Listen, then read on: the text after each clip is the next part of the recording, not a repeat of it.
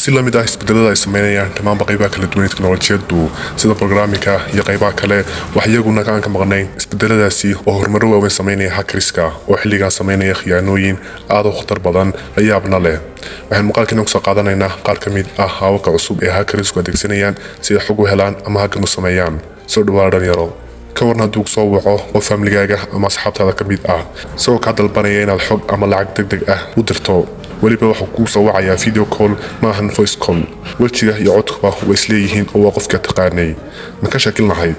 deepfake scamsku waxay xilligan noqdeen kuwa si xawliya ugu soo kordhaya caalamka si real time ah ayaa loo sameeyay deepfake leh muuqaalka qof xitaa codkiisii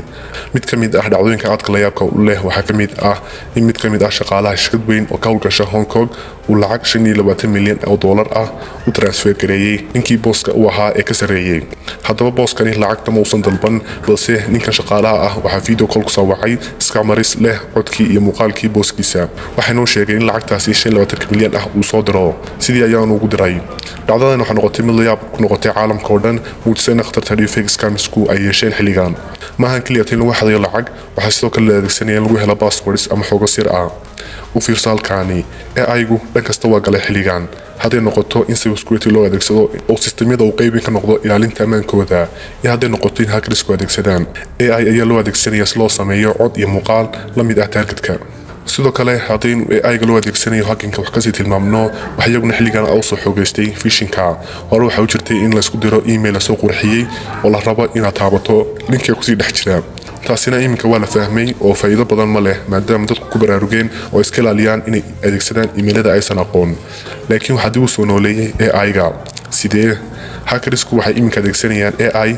si ay u soo ururiyaan xogo aad u badan oo ku saabsan targetka iyagoo ka soo ururinaya social media oo qofkaasi adeegsanayo iyo interactions uu la sameynayo social media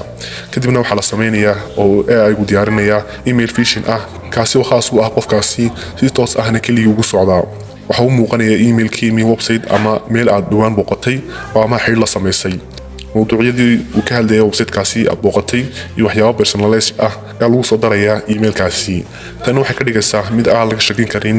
waxayna arrinkaasi kor u qaadaya probability-ga uu phishing-kaasi ku guuleysan karo